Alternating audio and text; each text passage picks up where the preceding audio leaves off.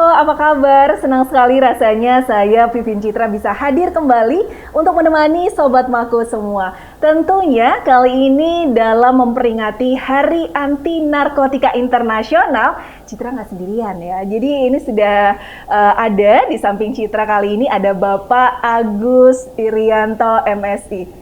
Kurang gelarnya saya Pak Agus ya. Nanti saya salah nanti kalau ini. Boleh saya sebut ulang berarti Pak Agus? Boleh. Jadi kali ini Citra bersama AKBP Dr. Andes Agus Irianto MSI. Kali ini betul? Betul. Oke, baik. Pak Agus, ini kan dalam rangka memperingati Hari Anti Narkotika Internasional. Sebelumnya saya penasaran gitu ya Pak Agus ya, di Kota Malang sendiri, sebenarnya ini sudah sampai mana sih penyebaran narkotika ini Pak Agus? Ya, betul. Terima kasih Mbak Citra. Kita salam sehat, hidup tanpa narkoba. Saya ingin memberitahukan kepada pemirsa dulu, banyak orang tidak tahu apa itu HANI. Ya.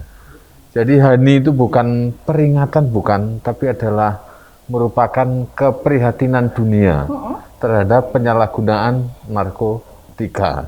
Maka setiap tanggal 26 Juni bukan diperingati, sekali lagi bukan diperingati, tapi dalam kita memberikan rasa prihatin terhadap penyalahgunaan narkotika. Kemudian bagaimana yang terjadi di Indonesia, khususnya di Kota Malang. Jadi begini Mbak Citra, bahwa di Kota Malang ini tidak ada satupun kampung atau kelurahan yang terbebas dari narkotika. Dari 5 kecamatan ini, semua wilayah kampung ini sudah terpapar penyalahgunaan narkotika. Kemudian untuk tingkat sekolah, dari mahasiswa sampai tingkat SD sudah terpapar. Sampai SD? Iya. Kalau ingin data, saya tidak hanya data, saya data visual punya. Jadi bukan baik angka aja, enggak. Data visual saya ada punya. Untuk sekolah dasar di Kota Malang. Oke. Dan ini sangat miris ya, kalau Citra Betul. dengar sampai tingkat SD, ini kan sesuatu hal yang sangat, kita bisa bilang bahwa ini adalah sesuatu hal yang sangat memprihatinkan seperti itu. Betul sekali. Nah, kalau untuk kalangan SD, ini sedikit tertarik saya akhirnya. Sebenarnya untuk penggunaan narkotika itu dalam bentuk apa Pak Agus? Ya, khusus yang anak SD ya? SD. Ya. SD itu yang banyak digunakan sekarang adalah yang di masyarakat dikenal dengan bahasa gaul yaitu pil koplo, double L itu. Ya. Kemudian dicampur dengan minuman keras. Nah, dioplos jadi obat batuk, sasetan, kemudian minuman keras dan pil double L dioplos jadi satu mereka konsumsi. Ini anak SD. Oke, baik. Nah ini mungkin Sobat Mako yang ada di rumah gitu ya, seorang ibu gitu. Terus kemudian yang ingin tahu sebenarnya Pak Agus, mungkin kurang paham. Sebenarnya jenis dari narkotika sendiri itu seperti apa sih? Kalau tadi Pak Agus sempat bilang, kalau Citra paham sabu, ada seperti itu. Nah betul. sampai tadi di tingkat SD ada pil koplo, ini sebenarnya jenisnya ada apa aja? Ya, seperti saya sampaikan tadi di sekolah dasar itu, berarti kan ada double L, kemudian ada minuman keras. Jadi kalau minuman keras memang bukan narkotika, ya, tapi dia masuk dalam kategori pintu masuknya narkotika itu dari hanya ada 2, 1 rokok, 2 minuman keras. Dari sekian banyak penyalahguna dan pengguna dan pecandu, dia pasti diawali dengan 1 merokok, 2 minuman keras. Kemudian narkotika sendiri diatur dalam Undang-Undang Nomor 35 tahun 2009, ada penggolongannya golongan 1, golongan 2, golongan 3. Itu diantaranya seperti tadi Mbak Citra, di situ ada ganja, di situ ada hasis, di situ ada opium dan seterusnya. Dan yang saat ini sedang ngetren, digilai oleh para penyalahguna, terutama kaum muda, yaitu tadi memang disampaikan Mbak Citra tadi, sabu bahasa gaulnya begitu, bahasa medisnya adalah metamfetamin dalam bahasa undangnya. Itu yang saat ini sedang dan 2 adalah ganja. Oke. Ya. Nah, apa yang akhirnya orang itu sehingga tertarik gitu ya? Kalau tadi Pak Agus sempat bilang bahwa pintu utamanya itu adalah rokok dan juga minuman keras. Sebenarnya faktor apa yang bisa mempengaruhi orang untuk sekedar ingin nyoba atau mungkin apa gitu? Ya, betul. Jadi di sini sekarang ini sudah ya dunia medsos kan sudah menggejala ya, yang menjadi fenomena di masyarakat, sehingga sekarang ini narkotika adalah merupakan lifestyle, jadi menjadi gaya hidup bagi mereka. Kalau tak pakai tak keren gitu Ya, ya Pak ya? betul sekali Mbak Citra. Makanya seperti itu, sehingga ya dia tidak tahu bahwa narkotika itu mempunyai zat yang sangat-sangat tidak bisa nanti dihilangkan kalau enggak itu, yaitu zat adiktif. Orang yang sudah kecanduan, ketergantungan sekali memakai, pasti besok, hari ini menggunakan, besok dia akan butuh, dia akan perlu, dia akan, dan itu tidak jangan, karena ya itu, sekali minum, dia ada otaknya ini, susunan saraf otaknya sudah masuk ke situ. Jadi itulah yang sehingga sulit sekali untuk dihilangkan di. Dan ini menarik ya, ketika saya merasa prihatin sampai kalangan SD pun sudah menggunakan gitu. Kemudian untuk mereka yang sudah misalnya kecanduan seperti itu, langkah apa yang harus dilakukan berarti Pak Agus? Ya, ini pertanyaan yang bagus Mbak Citra. Prinsip sebetulnya pecandu atau pengguna narkotika itu adalah dia sebetulnya orang yang sakit. Ya. Orang yang sakit, maka dia sebetulnya perlu disembuhkan, bukan dipidanakan atau dipenjarakan, kecuali bandar, pengedar, itu jelas ancaman hukumannya minimal 4 tahun, seumur hidup mati, gitu, jelas. Tapi kalau namanya pecandu, kemudian pengguna itu orang yang sakit dan wajib untuk dia dipulihkan. Salah satunya yang paling bagus yaitu follow up-nya adalah rehabilitasi. Seperti contoh tadi, anak sekolah dasar di Kota Malang ini, 2 anak, ya kita terjadi friksi antara pihak sekolah dengan pihak BNN. Pihak BNN ini tidak ada kamus lain, dia harus direhabilitasi. Dari pihak sekolah dikeluarkan Pak. Kita akhirnya diskusikan dengan orang tua dan akhirnya kita selamatkan untuk kita rehabilitasi di Badan Narkotika Nasional di Kota Malang ini. Dan alhamdulillah dia bisa pulih. Nah, itu lebih bagus daripada sang anak tadi dipidanakan, dipenjarakan, yang dia awalnya dari pecandu pengguna, nanti dia masuk di penjara dapat ilmu dari para pengedar bandar yang ketemu di penjara, dia nggak akan pulih, tapi dia akan lulus menjadi pengedar atau bandar bahkan gitu Mbak Citra. Ini yang disayangkan ya. Ya. Dan butuh berapa lama waktu untuk masa rehabilitasi dari seorang pecandu untuk sembuh? Nah betul, ini pertanyaan yang bagus sekali. Jadi lama waktu rehab itu tergantung dari sejauh mana mereka sudah ketergantungan dari itu. Nah, nanti sebelum kita melaksanakan rehabilitasi itu kita laksanakan namanya asesmen dulu. Jadi tim asesmen medis ya, sehingga tahu untuk klasifikasi dia menggunakan seorang ini sudah masuk nanti berapa lama untuk menjalani terapi rehabilitasi nanti. Cukupkah di Badan Narkotika Nasional Kota Malang? Cukupkah mereka di lembaga rehab di tempat yang lain? Atau dia harus masuk ke pusat rehabilitasi pusat rehabilitasi Lido, pusat di Lido Jawa Barat. Itu yang sudah klasifikasinya ya Pak Agus. Ya. Nah yang membedakan berarti apa Pak Agus untuk bisa membedakan klasifikasi tersebut gitu?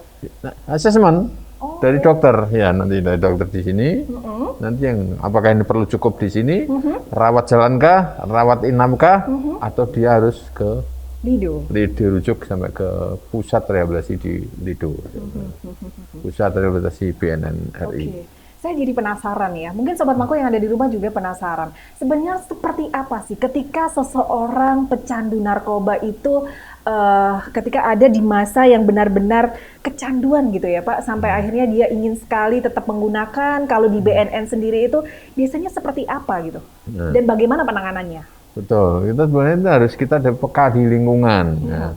Kalau anak, kemudian remaja, kemudian orang tua, itu kita peka dari lingkungan, dia masih punya perilaku yang lain-lain.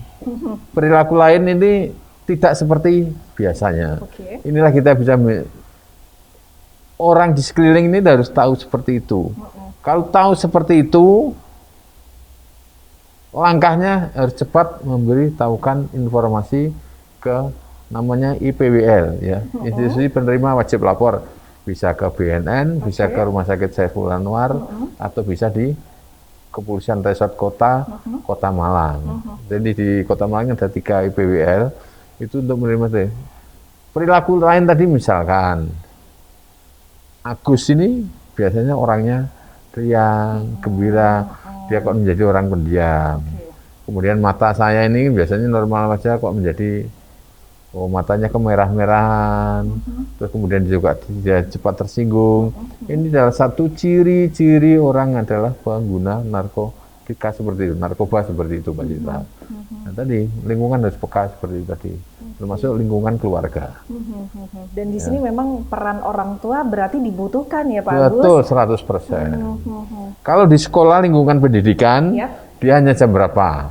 Mungkin jam 7 sampai jam 1 sudah selesai. Selebihnya adalah tanggung jawab keluarga dan lingkungan. Nah, itu.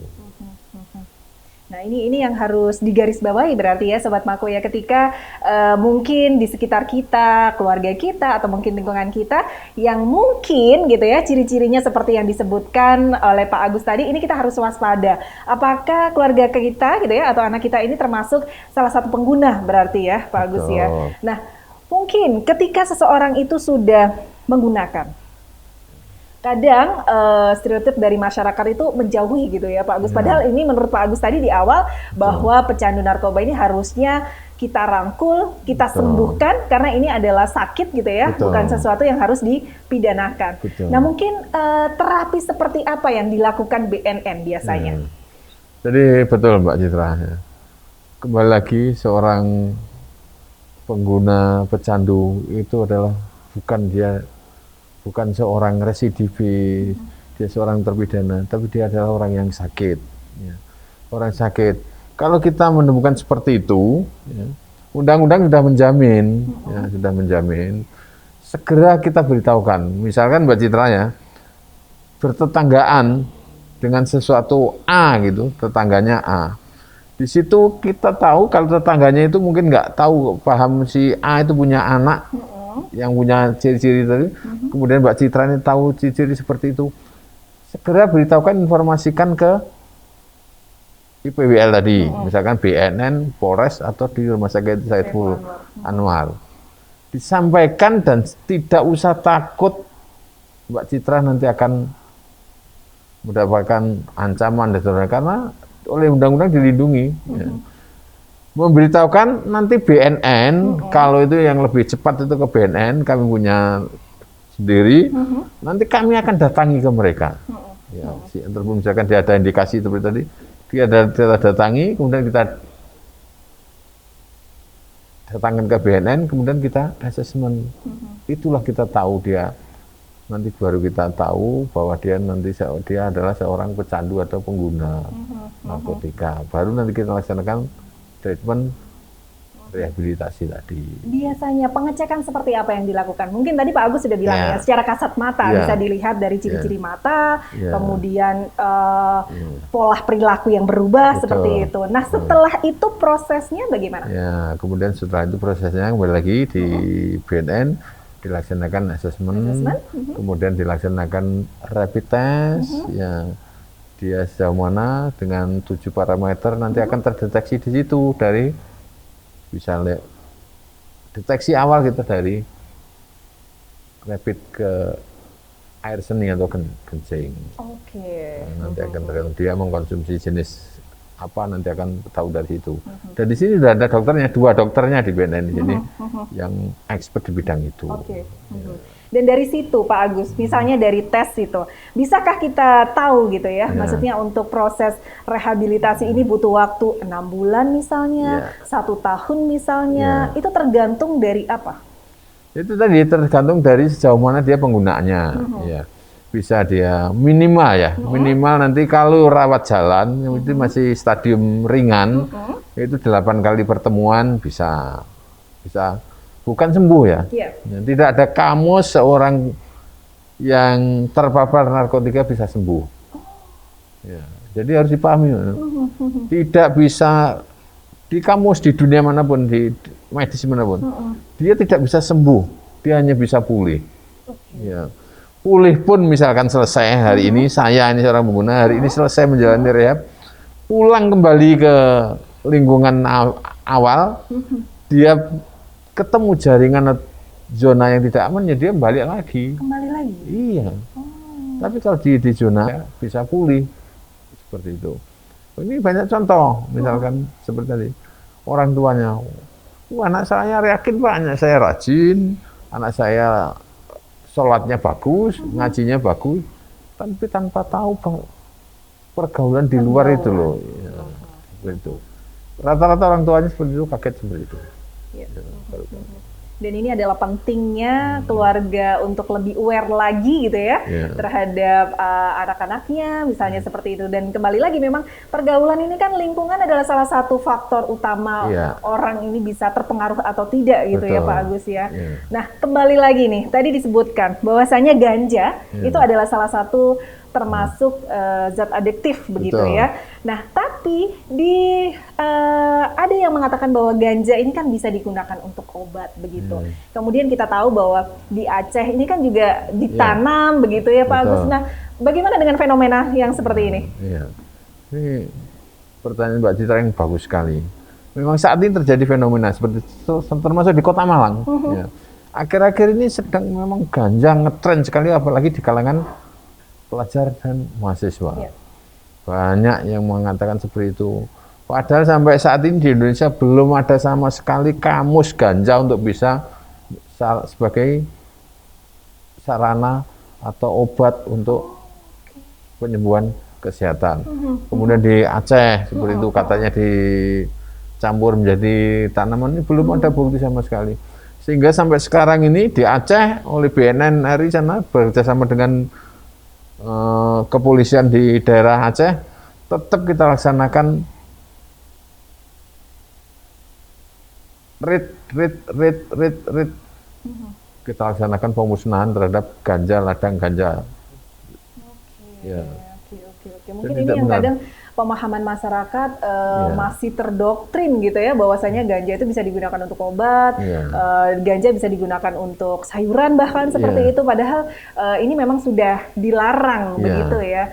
Oke. Nah Pak Agus, saya jadi penasaran ya, sejauh ini bagaimana peran dari BNN untuk melakukan penyuluhan gitu ya, untuk memberikan edukasi kepada masyarakat bahwa ini tuh loh adalah zat yang memang berbahaya yang harus dihindari, dan kita sebagai orang tua itu memang harus bisa menjaga anak-anak kita untuk terhindar dari hal-hal yang seperti itu. Terima kasih Mbak Citra, tentu khususnya di Kota Malang.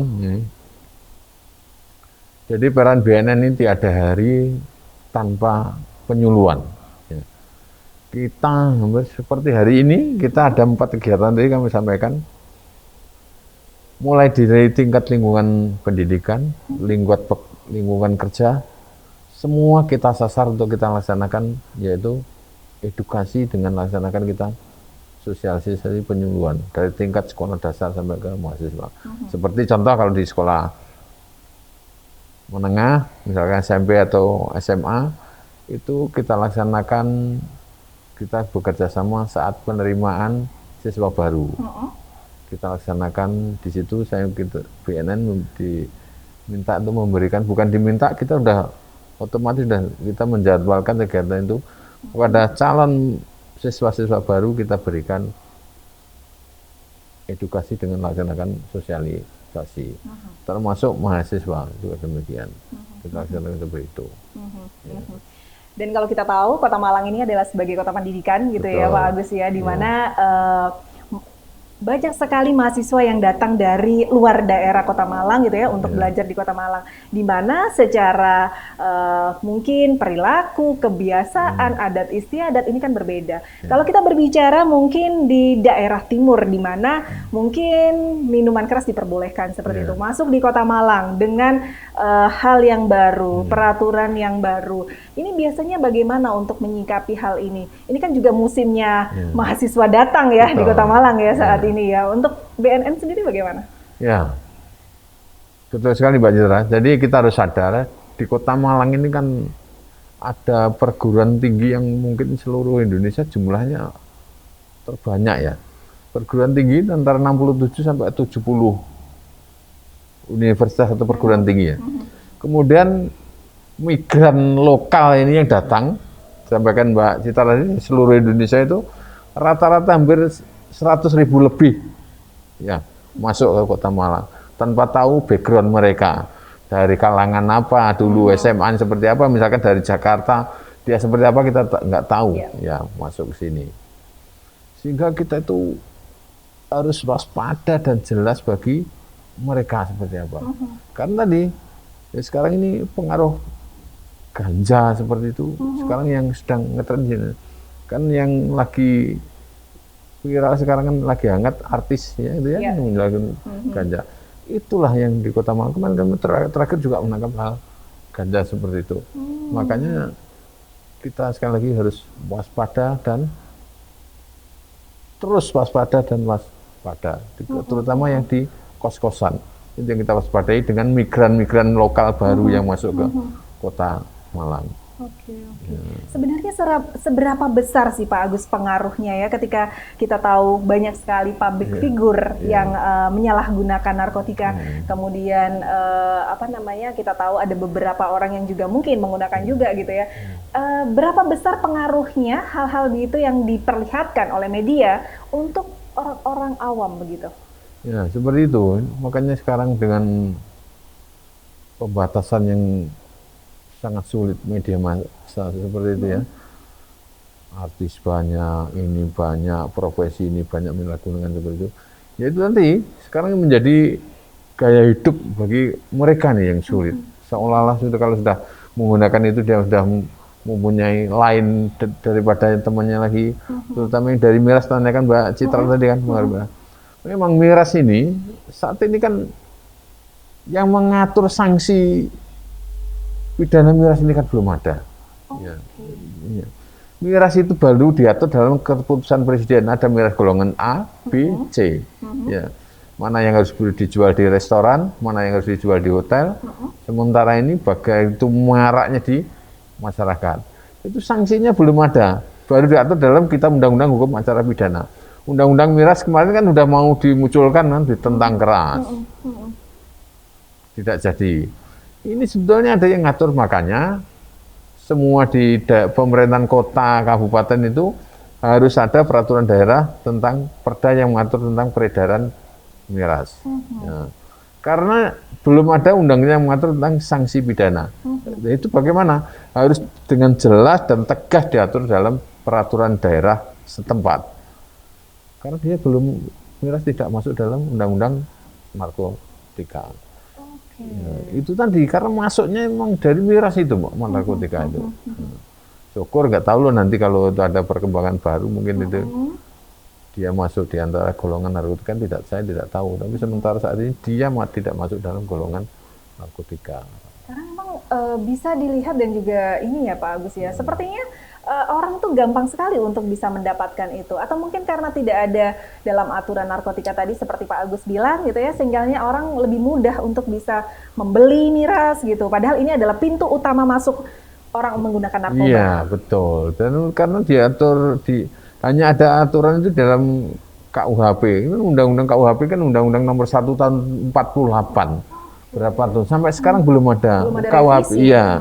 Hingga sanksinya hanya karena dimurahkan bahwa penyalahgunaan miras itu hanya tindak pidana ringan. Itu sehingga tidak ada aturan bagaimana dia memasihnya. Harusnya ada aturan iya, ya. itu tadi yang itu. Nah, ini kan pandemi ya Pak Agus. Bagaimana kalau kita melihat angka nih pengguna narkotika di Kota Malang saat ini setiap tahunnya, apakah mengalami kenaikan atau mungkin karena kemarin pandemi ada penurunan atau seperti apa? Ya, jadi gini Mbak Citra ya, seperti sudah banyak ditayangkan di media sosial kemarin hampir sudah 2 ton lebih ya, padahal di masa pandemi. Jadi hampir-hampir tidak ada bedanya antara itu virus COVID-19 itu dengan narkotika. Kalau virus COVID ini kan ada di mana-mana dan tidak semua orang bisa melihat. Kalau narkotika itu ada di mana-mana, sebetulnya orang bisa melihat, tapi disembunyikan oleh para bandar dan pengedar. Nah, kan seperti itu. Kalau sekarang ini COVID kita nggak tahu lah di sini ada COVID atau enggak kita kan. Padahal kalau narkotika juga seperti itu ada di mana-mana dari kita, tapi dia disembunyikan oleh para bandar dan pengedar. Saat pandemi ini di Kota Malang, ya angka memang turun, tapi peredaran memang trennya tadi saya kan dari sabu-sabu, metamfetamin, sekarang menjadi ke ganja. Kemudian cara penyebarannya, dia kalau kemarin pakai kurir, sekarang sudah menggunakan metode yaitu jasa pengiriman. Kemudian tren ya mulai COVID kan Maret tahun lalu ya. Ini tahun ini Maret, April, Mei naik, Juni turun. Juli, Agustus tahun kemarin naik, tapi ini masuk ke bulan Juni ini kita turun. Ya, turun dan tidak signifikan. Dia juga terus gitu loh. Sekarang ini memanfaatkan para bandar pengedar itu. Pihak aparat keamanan, BNN, kepolisian sibuk menangani COVID, dia nyari celah. Gitu loh. Masih bisa seperti itu, masih dimanfaatkan oleh para pengedar dan bandar. Iya. Dan ini yang harus perlu kita perhatikan ya. Jadi ini dibutuhkan kerjasama untuk semua pihak begitu ya. Nah, ketika ada yang menyebutkan bahwasanya seseorang menggunakan narkotika itu bisa membuat makin sehat, kemudian lebih berenergi, sebenarnya benar nggak sih Pak Agus ada statement yang mengatakan begitu gitu? Itu salah besar, Mbak Citra. Jadi untuk tahu ya, bahwa pengguna narkotika itu dampaknya yang pertama adalah dia punya jiwa tekan depresinya sangat tinggi, kemudian halusinogennya sangat tinggi. Dia pokoknya ini menjadi saraf otaknya, pikirannya sudah tidak bisa dikontrol gitu ya. Iya, dia membangun seperti itu. Kemudian yang tadi sehat tadi, memang ada beberapa jenis itu kandungannya bukan sehat, tapi menyesatkan. Berarti tidak benar dong bila dikatakan tidak bisa bikin kita lebih berstamina, lebih kuat untuk bisa melakukan aktivitas, berenergi. Berarti tidak benar tidak gitu ya benar. Pak Agus? Oke, baik. Nah, yang jelas itu tadilah obrolan Citra dengan Pak Agus ya. Ini mungkin yang terakhir nih Pak Agus, karena memang waktunya. Apa nih pesan untuk masyarakat gitu ya dari BNN dalam Hari Anti Narkotika Internasional ini? Pesannya kami dari pihak BNN, mari kita hidup sehat tanpa narkoba, kemudian war on drug. Perang lawan narkoba, bukan perang pakai senjata, tapi kita harus memerangi dengan mencegah sedini mungkin agar kita hidup sehat tanpa narkoba, kemudian kita produktif, kemudian menjadi hidup kita bahagia. Itu Mbak Citra. Baik, sekali lagi terima kasih banyak Pak Agus, terima kasih untuk waktunya. Dan mohon maaf diganggu akhirnya aktivitasnya begitu ya. Terima kasih. Sukses terus buat Pak Agus dan juga BNN tentunya.